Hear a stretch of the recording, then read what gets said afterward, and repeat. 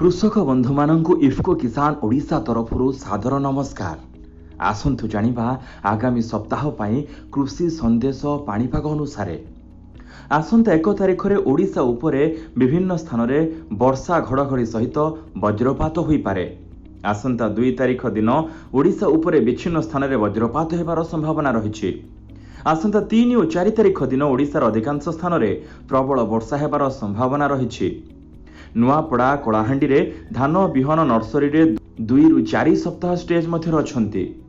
सेमानक मुख्य क्षेत्र प्रस्तुत करंतु। सीधा सड़क बिहन युक्त धान चाष रे बेउषण जारी रखंतु। कपा मका आरहर फसल क्षेत्रु जल निष्कासन पई व्यवस्था करंतु। कोरापुट नवरंगपुर रे 25 रु 30 दिन धान बिहन प्रतिरोपण करंतु। चिरकु 10 लिटर पानी रे 10 मिलीलीटर क्लोरोपाइरिफस द्रवण रे 6 रु 8 घंटा पई बुड़ाई दियंतु। फल रे कीट पतंग प्रादुर्भाव कम देखा हेबो। समतल एवं उच्च स्थान रे रागी बुणीबा आरंभ करंतु। मक्का अदा एवं खंब आलू आदि को रोपण करिबा आरंभ करंतु। सुंदरगढ़ देवगढ़ एवं संबलपुर झारसुगुड़ा रे धान चाष पई उत्तम बिहन सज्जा प्रस्तुत करंतु। जमी उपलब्धता अनुसार 6 इंच उच्चता एवं 3 फुट चौड़ा पटाली तैयारी करंतु। स्ट्रिप गुड़िक मध्य 30 सेंटीमीटर प्रस्थ विशिष्ट जल निष्कासन चैनल तैयारी करंतु।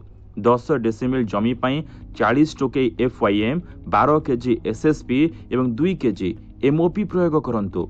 भल जल निष्कासित उच्च जमी रे मुग बिरी आदि फसल लगांतु। एक निर्भरयोग्य माछ बिहन उत्पादनकारी ठारू माछ मंजी क्रय करंतु एवं 1 एकर आकार विशिष्ट जलाशय पई 3000 संख्यक 8 सेमी अधिक एडवांस जाल स्टॉक करंतु।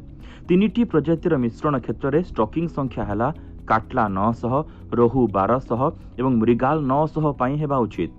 6टी प्रजातिर मिश्रण क्षेत्र में स्टॉकिंग संख्या हैला काटला 800, रोहू 20000, मृगाल 500, साधारण कार्प 300, ग्रास कार्प 100 एवं सिल्वर कार्प 100 पई हेबा उचित।